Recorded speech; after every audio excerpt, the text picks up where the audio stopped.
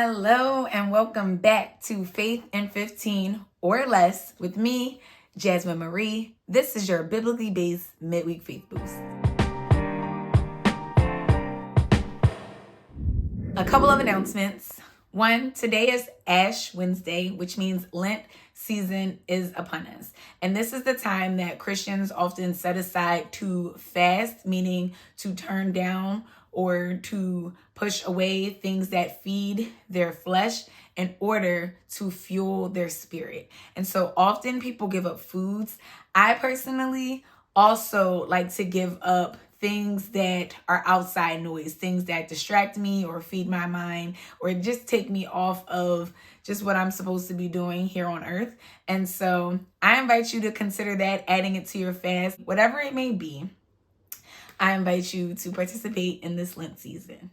And then lastly, I announced 2 weeks ago that my devotional, Uncapped Faith, is going to be available soon. And we have a release date, drum roll, June 2023. So if you are interested in upcoming promo and giveaways and everything leading up to the release of this book, including the pre-launch, please click the link in the description below to sign up for book alerts so you do not miss an update. All right, so today we are wrapping up our Faith Fatigue series, and we're going to dive into Zechariah 4, chapter 4, verses 8 through 10, and I'm going to read from the New Living Translation. And it reads as follows. Then another message came to me from the Lord, and this is to Zechariah. Zerubbabel is the one who laid the foundation of this temple, and he will complete it. Then you will know that the Lord of heaven's armies has sent me. Do not despise these small beginnings, for the Lord rejoices to see the work begin, to see the plumb line in Zerubbabel's hand. So I want to lay some context for this passage, especially as we seek to wrap up our Faith Fatigue series. And so, as always, if you have not watched the last few videos this month, I encourage you to pause, go back, and see what I mean by faith fatigue and really what this series is. But today, the context is the message that Zechariah received here is confirmation of something that was told to the prophet Haggai in Haggai chapter 1. And Haggai was told to tell Zerubbabel and the high priest that they would rebuild the temple of God so that God could be glorified, right? So Haggai was given this word in Haggai 1 to give to Zerubbabel. Now here, within the same time period, no difference than like 2 years, Zechariah receives the word. Zechariah is another prophet. He receives visions and words from the Lord. And he receives word that Zerubbabel will finish the temple. Not only is he going to rebuild it, not only is he going to start the work, but he will finish it. And when he finishes it, then Zechariah will know that this is the word of the Lord, that his messengers and his word are confirmed. And then finally, in verse 10, Zechariah is told not to despise small beginnings. And that really frames the topic of our message for today, which is 3 ways to embrace small beginnings. Because if we're honest, sometimes we get faith fatigued because it doesn't seem to matter, right? What we're doing is barely touching anybody, right? The numbers are low. People haven't signed up, or people aren't viewing, or things aren't selling. Whatever it is, sometimes the small beginnings make us discouraged. We feel like, I've been doing this for so long, I expect it to be further along by now. And I can name these things so easily because I have been and am sometimes still there. That's the reason that we're doing this series. I think God gave it to me to speak to me first and foremost as I present and encourage you. And so I want to share today 3 ways to embrace small beginnings. And I first want to highlight like what we learn about God in this passage, right? Because we serve the God who's the same yesterday, today, and forevermore, right? Things that we hear, things that we say. And so one thing that we learn is that God talks to people about our situation, right? So back in the time, it was common for people to hear from prophets and priests about the word of the Lord. And even though things have evolved, God, as we'll see when we get into our points, is still talking to people about our situation. He's still putting our names in rooms and on people's minds and on people's hearts.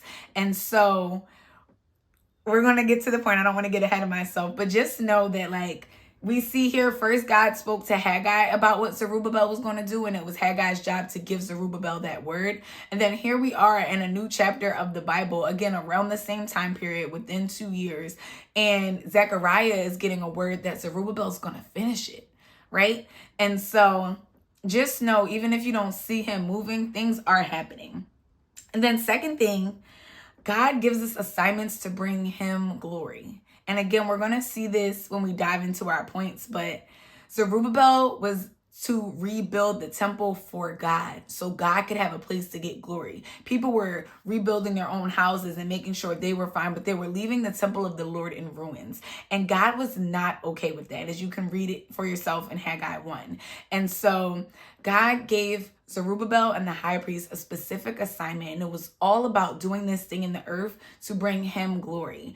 And one thing that I've been having conversations with people about lately is, like, God says, if I be lifted up, I will draw all men unto me. And sometimes when we're given an assignment, the obstacles or the overwhelm of it or the task can make it feel like, we're just doing this thing, and this thing is really the accomplishment.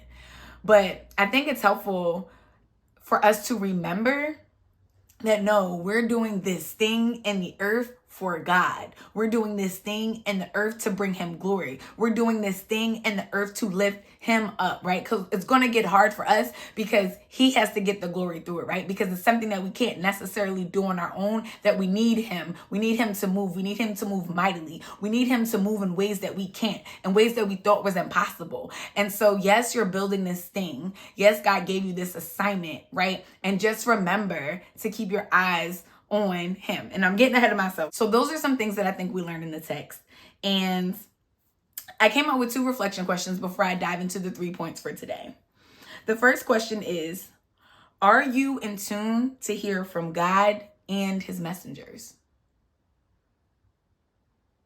And I think it's beautiful that we're looking at this text as we start Lent season, because this is really the time to push away and set aside things, right, that may block or distract us from hearing from God, from tuning in, from worshiping, from sitting and receiving, right? Prayer is not just about us talking to God, like, okay, got that out, but it's about us, like, sitting and receiving and embracing what he has to reveal to us, to get downloads of his strategy.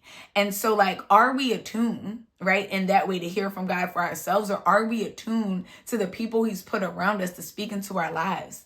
That may be your pastor, that may be podcasts, that may be videos like this one, that may be certain people, but when you're listening to every other thing, and sometimes without even realizing it, right? We're just scrolling and this Instagram person has something to say. This TikTok video said something. This news report said something, right? We have all these outside voices vying for our attention. Do we know? Have we sat with God enough to know when he's given a word to somebody directly for us, to speak to us, to confirm something that he told us previously? And then the second question I have for you to reflect on is, what assignment has God given you? Right? Because this might be where your faith fatigue is coming in. There's a couple of things that I can think about, right? When I think about assignments God has given me. My devotional is one of them. I got the download to write this devotional in 2020. I finished it about September 2021. And ever since, I've been off and on working through the publishing process and how I'm going to get it out and getting it edited and all of those things, right?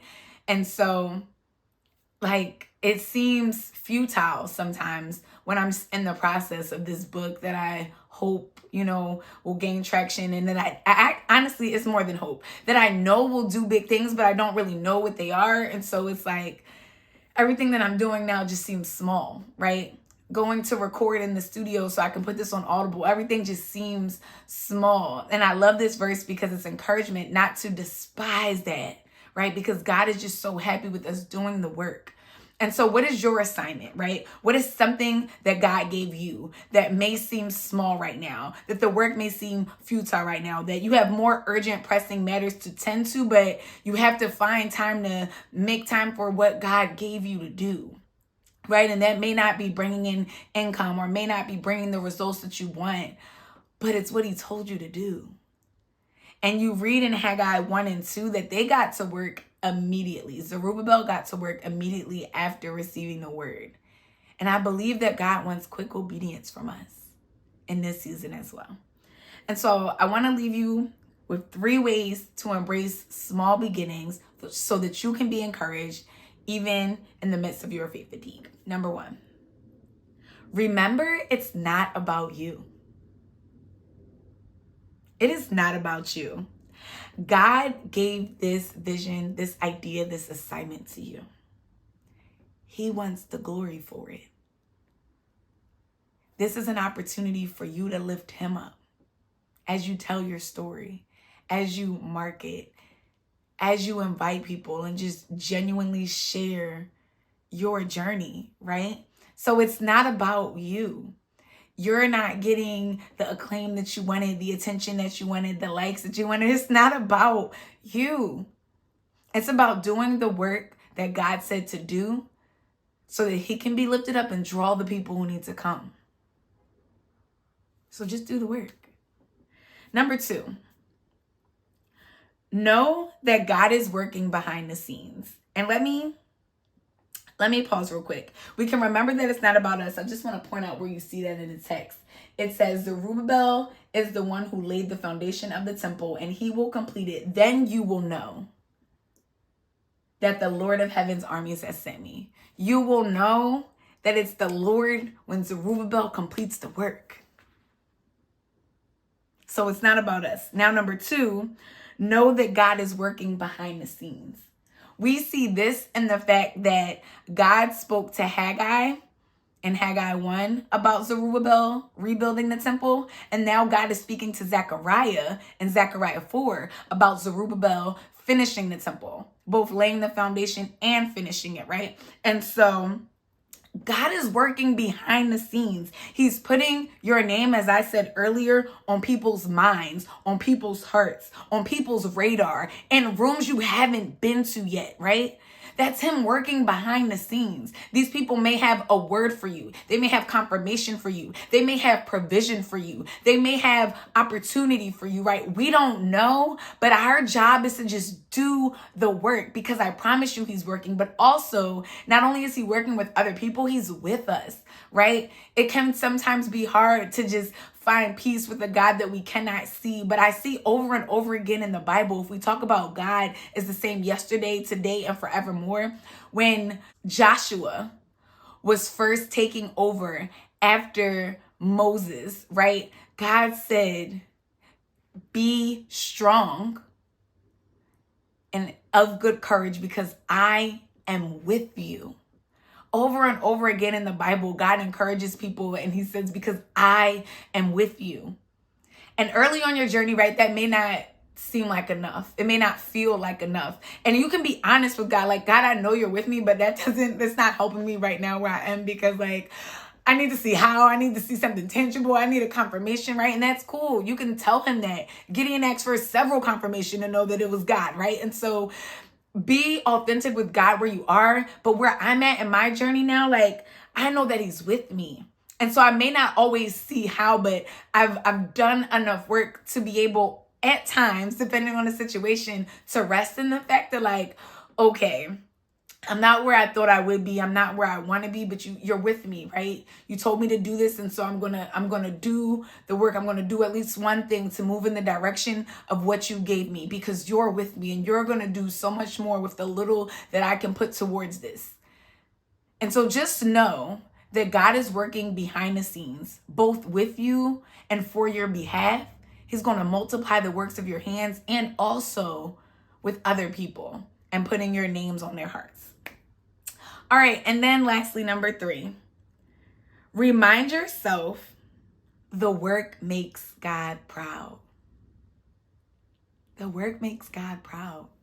And we see that where it says, Do not despise small beginnings, for the Lord rejoices to see the work begin and to see the plumb line in Zerubbabel's hand.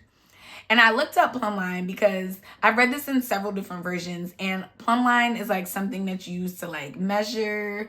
And so it may be something that comes early. And so what I took that to mean was like, he enjoys seeing Zerubbabel doing the work, right? So it began and the plumb line's in his hands because he's doing something, right? He's moving forward. Other versions of the Bible reference, instead of the plumb line, they say the capstone. And the capstone is like the final stone, the cap of the project, right? The stone, the final stone that goes on the top of the temple. And so what we can take from these different versions is the Lord rejoices to see the start. The Lord rejoices to see the work in the middle along the way, and the Lord rejoices to see the finished product. And so if we're going to get there, we have to do the work. We have to keep going. Some days you may do more than others. Some days you may have more drive than others, more effort than others, more energy than others, more hope than others. But whatever you can do on that day, just keep going. Do not despise small beginnings, because the Lord is rejoicing to see the work.